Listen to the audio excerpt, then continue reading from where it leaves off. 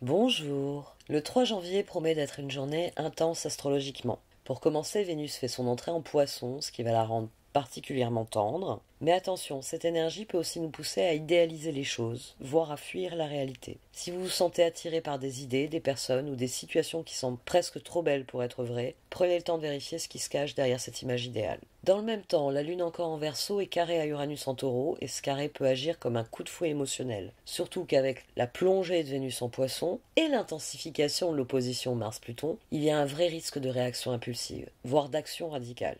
Conseil du jour, prenez une grande respiration, histoire de bien réfléchir avant de balancer quoi que ce soit par la fenêtre. Car je vous rappelle que cette opposition Mars rétrograde en Lion, Pluton en Verseau, préfigure un combat puissant dont l'issue sera forcément un changement radical. Toutefois, cette opposition sera active jusqu'en février. C'est pour ça qu'il faut se garder de tout acte impulsif et surtout de tout acte radical. Parce que nous avons encore le temps de laisser mûrir ce que crée cette opposition pour nous. Après tout, Mars en rétrogradation nous pousse à réfléchir à ce que nous accomplissons. C'est Pluton en Verseau qui intensifie les luttes de pouvoir au niveau collectif. Aucune de ces deux planètes ne veut nous voir nous planter. Elles veulent que nous comprenions que ce que nous faisons a forcément des conséquences et qu'il faut donc réfléchir toujours en amont de chacune de nos actions, parce que nos actions sont transformatrices. Quand nous aurons complètement compris le mécanisme, nous pourrons vaincre cette opposition, nous pourrons la transcender, nous pourrons poser les actions de changement qui sont nécessaires. Voici donc le tirage du 3 janvier qui est amusant dans ses énergies. Il est amusant parce que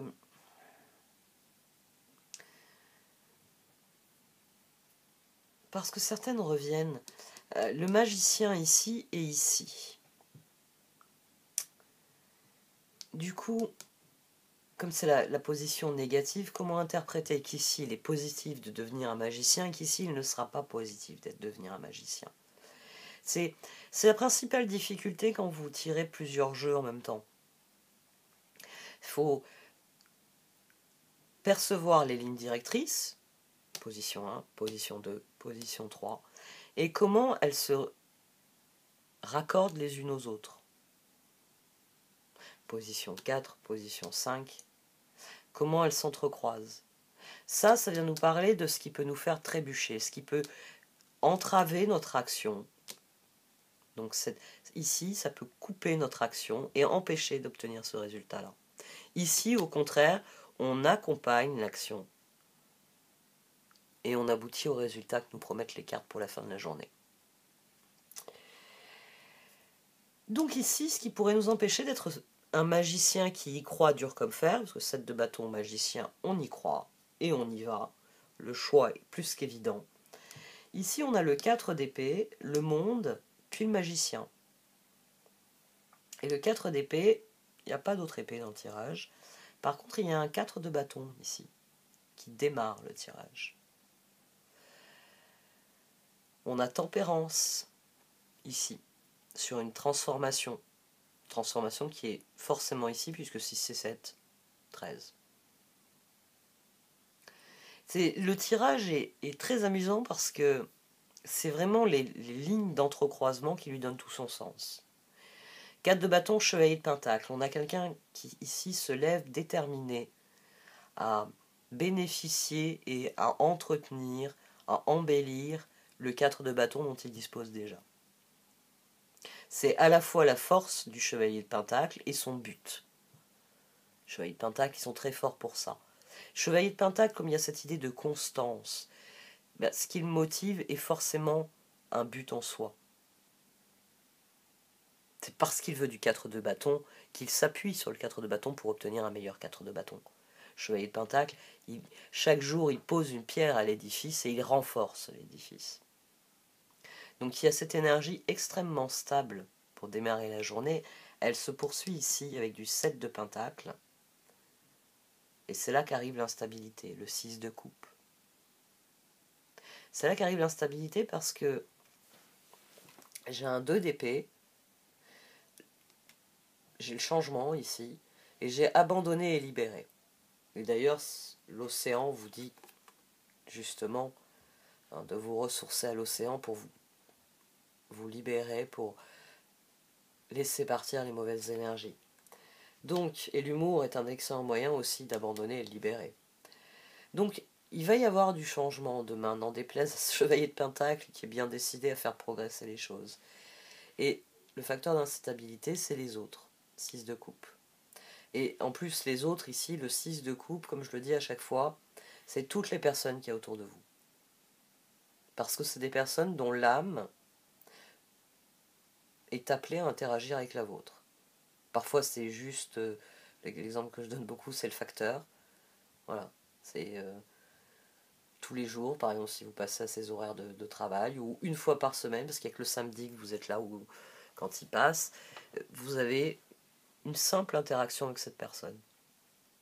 Mais cette personne appartient tout de même au 6 de coupe. C'est une âme qui est disponible. Sur le coup, si vous approfondissiez la relation, cette personne pourrait vous apprendre de grandes leçons sur la vie. C'est là que démarre le problème. Ça, je sais, c'est que les grandes leçons, parfois on les apprend à coups de trick, et puis parfois on les apprend à coups de câlin. Et forcément, on préfère tous apprendre nos leçons avec des câlins. Parce que les coups de bâton et les coups de trick, c'est pas agréable. C'est le problème du 6 de coupe. C'est que la personne a quelque chose à vous donner. Et après, la façon dont elle va vous le donner, c'est peut-être pas la façon que vous préféreriez qu'elle vous le donne. C'est le facteur d'instabilité ici. Ici, on a quelqu'un qui est fermement décidé à entretenir l'harmonie qu'il a avec les autres et qui donc sème des graines autour de lui. Ici, à mon sens, il y a l'appel à, quand vous avez le choix, approfondir ou pas la relation, d'essayer de voir, est-ce que ce serait intéressant? Est-ce que 7 de pentacle, est-ce que ça m'emmènerait quelque part? Oui, pourquoi pas? C'est peut-être quelqu'un avec qui vous allez partager votre plus grande passion. Il faut lui demander si ça l'intéresse. Ici, il y a abandonné et libéré. Ici, on a quelqu'un qui décide de faire grandir ce qu'il a autour de lui, et c'est ici que ça se trouve. Et c'est ce qui vous donnera le plus de satisfaction demain, de semer des graines de quelque chose de plus grand avec les autres. Parce qu'on a la transformation, le 13. En plus, quand je l'ai sorti, je venais d'additionner 7 et 6 dans mon esprit. Mon esprit avait tout de suite dit, tiens, 7 et 6 ensemble, c'est 13, c'est transformation. Quand je l'ai sorti, je me suis dit, c'est vraiment cela qu'il faut demain. Semer des graines avec les autres, semer des graines dans notre entourage. Parce que si cette personne, elle aime bien telle ou telle activité, ou tel truc que vous aimez bien, il est possible qu'elle aime d'autres trucs que vous aimez bien. Et puis vous allez vous apercevoir que vous avez envie de cultiver les mêmes valeurs, les mêmes relations, les mêmes types de projets. Toujours est-il que quand je couvre la transformation par tempérance, puis le 9 de coupe, cette reine de coupe, elle est très très très très heureuse des changements qui viennent. Donc il y avait déjà l'idée que la transformation est le meilleur moyen. Abandonner, libérer se trouve déjà ici. Et c'est pour ça qu'ici on a le 7 de bâton. Puis le magicien. Ce qui nous fait la force d'ailleurs. Ici, dans un 7 de bâton, c'est le char et les étoiles, les cartes de référence du 7 de bâton. On croit non seulement notre capacité à prendre les rênes et aller en direction de ce qu'on désire, mais on croit aussi à la réalisation de notre désir. Dans un 7 de bâton, il y a toute la foi de la personne qui dirige son char en direction des étoiles. Magicien. Ça donne énormément de force à ce magicien. En plus, dans ce jeu, il a le visage déterminé. Et demain, c'est la détermination dont nous allons faire preuve dans ce que nous semons, qui amènera les bonnes choses que nous désirons. C'est en abandonnant, en libérant le changement. C'est en acceptant que 2 d'épée, c'est soit je vais dans cette direction, soit je vais dans celle-là. Et c'est à partir du moment où j'aurai décidé d'une direction qu'il faudra que je m'y tienne, et bien que ça va renforcer à chaque roue, à chaque moment où le char avancera, parce que c'est la roue du char qui vous fait avancer. Vous y croirez de plus en plus. C'est pour ça que la force, il y a beaucoup de force ici dans ce tirage. Il y a beaucoup de force, mais à mon sens, il va tout de même falloir faire preuve de beaucoup d'humour demain. D'abord parce qu'il y aura des esprits chagrins, et ils sont ici. 4 d'épée, monde, magicien. Là, on a quelqu'un qui... le 4 d'épée, il est directement relié au 4 de bâton. On a quelqu'un qui ne veut pas se préoccuper des autres. On a quelqu'un qui en a ras-le-bol. Mais alors vraiment ras-le-bol. Donc, il fait les trucs tout seul. Le monde ici, c'est pour fermer la porte au 4 de bâton. Là, le magicien, c'est pas quelqu'un qui sème autour de lui, c'est quelqu'un qui sème pour lui. Et le premier qui rentre dans mon jardin, bah, il va se prendre mes fils barbelés, électrifiés. Ouais, j'ai mis une clôture électrifiée, j'ai tout fait. Et je l'attends avec un énorme bâton, il va voir. Un coup de trick, je vais lui apprendre qu'on rentre pas chez le voisin. C'est un drôle de magicien ici. C'est un magicien qui refuse d'être le fou. Et donc, c'est sans doute un comportement que vous allez voir autour de vous. J'ai envie de dire, l'humour sera la meilleure des réponses. Bah, si tu penses que tu y arriveras mieux toi tout seul, fais-le. Non, mais vas-y, fais pour toi tout seul. Nous, je crois qu'on va faire plus grand. Mais toi tout seul, vas-y. Ouais, le concours de château de sable, oui. Mais oui, tu vas le gagner à toi tout seul. Nous 4, on n'est pas foutus de faire un château. T'inquiète. Vas-y. Changement. Demain a lieu la réactivation de l'opposition Mars-Pluton. Ouais, j'en ai parlé dans l'astrologie. Heureusement, Vénus vient nous réconforter, ça aussi j'en ai parlé dans l'astrologie. C'est une journée qui va vraiment être placée sous le signe du choix. Soit nous acceptons et nous vivons le changement. Nous y croyons. C'est la réaffirmation du 7 ici. 7 de bâton, 6 de coupe. On va dans quelque chose dont on espère le plus grand bien. Et là, on le réaffirme. Donc, l'opposition Mars-Pluton, c'est la seule résolution possible à une opposition, c'est de faire un choix. Vous sortez victorieux d'une opposition entre les planètes quand vous faites le choix. Quand vous réaffirmez ce que vous désirez, quand vous créez le changement. Parce que le rôle d'une opposition, de toute façon, c'est de vous mettre le cul entre deux chaises. Une opposition Mars-Pluton, c'est Mars, il vous amène une chaise, Pluton vous apporte une autre chaise et il vous dit « choisis ».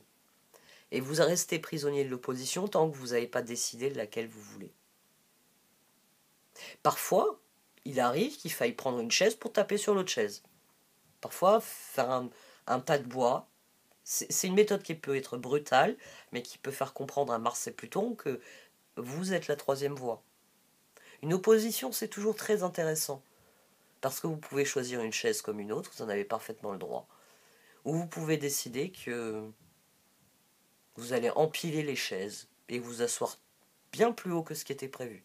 Il y a plein de façons de transcender une opposition. J'essaye de bien vous faire comprendre que l'opposition est souvent vue comme un piège, mais le truc pour sortir des pièges, c'est toujours de penser hors de la boîte.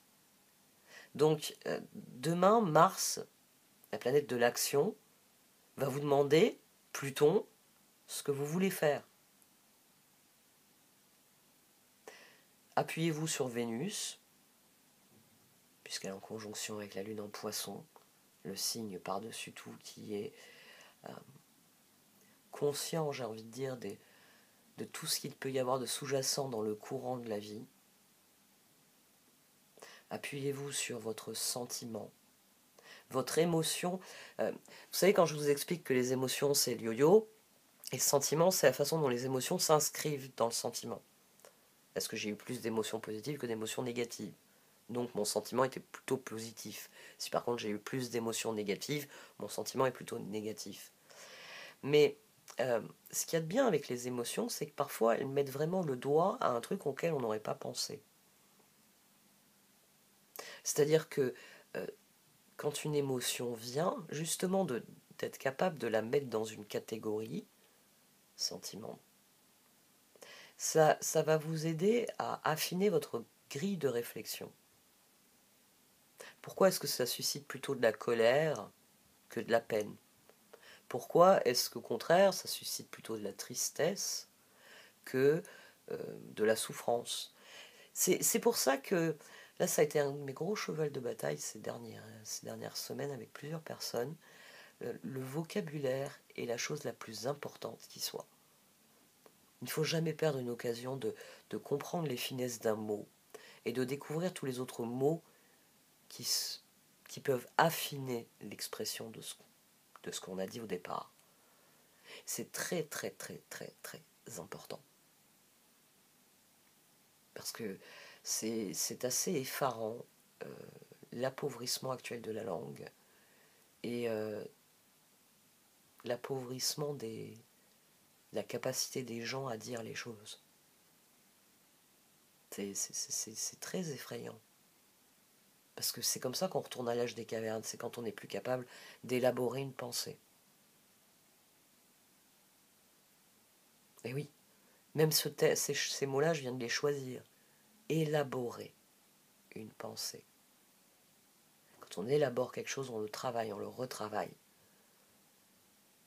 On ne développe pas. On n'appuie pas avec un bouton sur un truc et puis tac, tac, tac, tac, tac, tac, ça nous a déplié tout ce que signifie le mot. On élabore. C'est-à-dire qu'on mène une véritable réflexion de fond. Développer? Oui, oui. Quand je clique sur mon ordinateur, il développe des trucs. Et je le sais d'autant mieux que j'ai appris à développer à l'âge de 6 ans. Donc, faut pas m'expliquer à moi. Bon, pourquoi j'étais partie sur le vocabulaire? Parce que j'aime bien m'amuser avec les mots. Et que je trouve affligeant que de plus en plus de gens soient incapables de jeux de mots ou de comprendre les jeux de mots. Quand j'ai regardé plusieurs films pendant les vacances, là, ces derniers jours, l'appauvrissement du langage est effarant dans des films qui... Le thème est sympa, ça pourrait le faire, ça pourrait être une bonne comédie française, mais à quel moment ils sont fâchés avec la langue française, quoi. Et c'est là que je comprends pourquoi certains enfants à qui je montre des vieux films rient beaucoup, mais n'arrêtent pas de me dire « Il veut dire quoi par ça ?» Et j'ai pas compris, là. Ça veut dire quoi? Parce que, disons que ton rapport au monde est cloisonné. Et c'est extrêmement problématique parce que c'est pour ça que tu n'arrives pas à réfléchir. C'est pour ça que tu me dis que tu comprends pas à l'école ou que tu comprends pas dans la vie certains trucs. Parce qu'on a cloisonné ta réflexion en limitant ton vocabulaire. C'est très très préoccupant. Et c'est vrai que là, avec les fêtes, comme je vois pas mal de monde, surtout des jeunes, ça devient vraiment flagrant. Bon allez, j'arrête là. Abandonnez et libérez, vous êtes enveloppés des bienfaits de notre amour radieux. Ouvrez les mains pour abandonner les épreuves auxquelles vous vous agrippez. Tendez vos bras et votre cœur vers notre amour et notre assistance. Merci de m'avoir écouté, vous pouvez liker, commenter ou partager cette vidéo. Au revoir.